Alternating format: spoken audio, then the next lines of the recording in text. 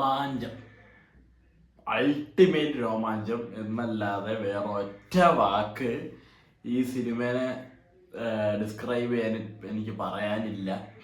ആദ്യമേ പറയാണ്, ഈ റിവ്യൂ സ്പോയിലർ ഫ്രീ ആണ്.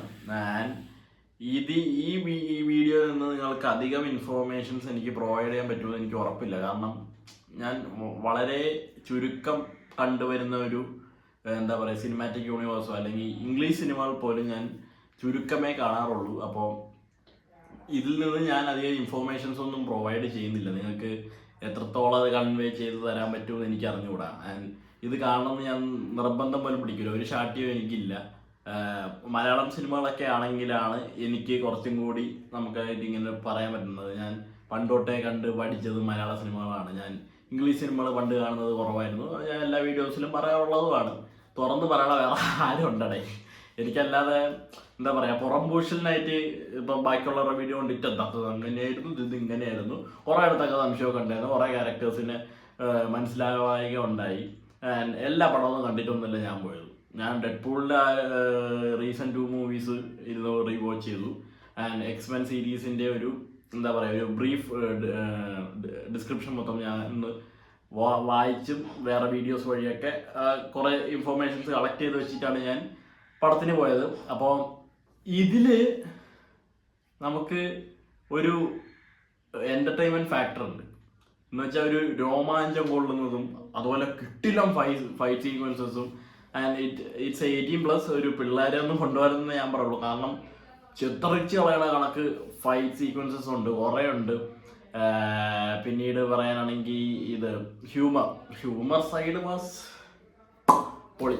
ആൻഡ് നിങ്ങൾ ഈ പടം കാണുകയാണെങ്കിൽ കൊച്ചിയിലുള്ളവരാണെങ്കിൽ ഞാൻ പറയും വനിതാ വേദിയിൽ തന്നെ പോയി കാണണമെന്ന് ഞാൻ പറയും. കാരണം സ്ക്രീൻ 4 കൂടി ഇപ്പോൾ അവിടുത്തെ അപ്ഗ്രേഡബിളായി വരികയാണ്. അടുത്ത ആഴ്ചത്തേക്ക് അതും അപ്ഗ്രേഡഡ് ആവുകയാണെങ്കിൽ അതൊരു 4K DTS സിസ്റ്റം വരുന്ന സ്ക്രീൻ 4 ആയി. And 1, 2, 3 and 4 4K. അതിൽ 3 സ്ക്രീൻസ് അറ്റ്മോസ്, 1 സ്ക്രീൻ DTS വിത്ത് കിഡിലൻ സീറ്റ്സ്, നല്ലൊരു എക്സ്പീരിയൻസ്. പിന്നെ വേറെ എന്താ പറയുക, അഫോർഡബിൾ ആയിട്ട് നിങ്ങൾക്ക് ഫുഡ് കഴിക്കാം, നല്ല പാർക്കിംഗ് സൗകര്യം, നല്ല ഒരു മാനേജ്മെന്റ്, നല്ലൊരു ഹോസ്പിറ്റാലിറ്റി, എല്ലാം കൊണ്ടും ഒരു കിഡിലൻ തിയേറ്ററാണത്. അപ്പം നിങ്ങൾക്ക് ഇനി അവിടെ അങ്ങോട്ടേക്ക് കെട്ടിയെടുത്ത് വേണമെങ്കിൽ പടങ്ങൾ കാണാമെന്ന് ഞാൻ പറയുന്നു. ആൻഡ് ഈ പടം അവിടെ കണ്ടപ്പോൾ ആ ഒരു ഫാൻസിന്റെ കൂടെ ഇരുന്ന് ഓളത്തിൽ ഞാൻ കണ്ടപ്പോൾ ഞാൻ സത്യസന്ധമായിട്ട് പറയാലോ, ഞാൻ ആദ്യം PXL ബുക്ക് ചെയ്തത് ഈ സിനിമ കാണാൻ. ആൻഡ് ഇന്നലെ നൈറ്റാണ് ഞാൻ ഡിസിഷൻ ചേഞ്ച് ചെയ്ത് ഇവിടെ തന്നെ പോവാന്ന് പറഞ്ഞ് സീറ്റ് ബുക്ക് ചെയ്ത് ഞാൻ പോയത്. ക്ലൈമാക്സ് ഞാൻ ഒന്നും പറയുന്നില്ല. ഞാൻ കഥയിലോട്ടോ കഥാപാത്രങ്ങളിലേക്കോ ഒന്നും പറയുന്നില്ല. നിങ്ങൾ മാർവൽ ഫാൻസ് ആണെങ്കിൽ എന്തായാലും പോകുന്നറിയാലോ, ഉറപ്പാണല്ലോ. ഡെഡ്പൂൾ ഫാൻസ് ആണെങ്കിൽ പറയേ വേണ്ട. ഇനി അല്ലാതെ സംശയത്തിൽ ഇങ്ങനെ ബുക്ക് ചെയ്യണോ വേണ്ടതെന്ന് ചിന്തിച്ചിരിക്കുന്നവരുണ്ടെങ്കിൽ എൻ്റർടൈൻമെൻറ്റ്, കിടില എൻ്റർടൈനർ വിട്ടുകൊടുത്തു. പെട്ടെന്ന് ടിക്കറ്റ് ബുക്ക് ചെയ്യുക, അടുത്ത ചോദിക്കുക. ആൻഡ് 3Dൻ്റെ കാര്യം എടുത്ത് പറയണോടെ. ഇത്രയും നാൾ കണ്ട കൂറ മറ്റേ ഇരുട്ടടിക്കണ 3D അല്ല.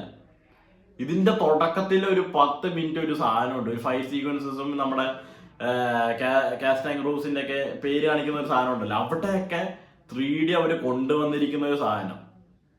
സത്യം പറഞ്ഞാൽ ഇത് ഈ എന്തായിരുന്നു ഡെപ്ത് ക്യൂഡ് 3D അങ്ങനെ എന്തൊക്കെയോ പറഞ്ഞ് പുതിയ എന്തോ സിസ്റ്റം വനിതയിൽ സ്ക്രീൻ 1 ഇൻസ്റ്റാൾ ചെയ്തിട്ടുണ്ട്. അതിൻ്റെ ഒരു ഇൻട്രോ ഒരു സാധനം ഉണ്ടായിരുന്നു അതിൽ.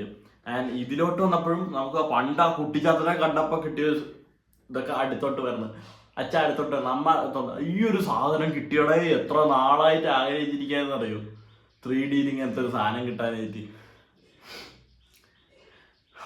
രോമാഞ്ചം, ടോട്ടലി രോമാഞ്ചം. നല്ല ഹാപ്പിയാണ്, മനസ്സ് നിറഞ്ഞാണ് തിയേറ്ററിൽ നിന്ന് ഇറങ്ങിയത്. വളരെ സന്തോഷമുണ്ട് ഇങ്ങനെ ഒരു സിനിമ കണ്ടതിൽ.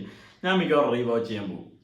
ചിലപ്പോൾ ഒരു നല്ലൊരു എക്സ്പീരിയൻസിന് വേണ്ടി ചിലപ്പോൾ ഞാൻ ഇനി PXL പോയെന്ന് വരാം. എങ്ങനെ ഉണ്ടെന്ന് നോക്കാൻ. എൻ്റെ ഒരു ഫ്രണ്ട് ബാംഗ്ലൂരിലുള്ള എൻ്റെ അടുത്തൊരു സുഹൃത്ത് IMAX പോയിട്ടുണ്ടായിരുന്നു. നല്ല എക്സ്പീരിയൻസ് ആയിരുന്നു എന്നാണ് പറഞ്ഞത്. സ്കോപ്പ് റേഷ്യോ സ്ക്രീനാണ്, എല്ലാവർക്കും അറിയാം. സ്ക്രീൻ ഫിറ്റ് ചെയ്യില്ല, ബട്ട് കണ്ടോണ്ടിരിക്കാൻ നല്ല രസമായിരുന്നു എന്നാണ് പുള്ളിയും പറഞ്ഞത്. 3D വാസ് നൈസ് എന്ന് പറഞ്ഞു.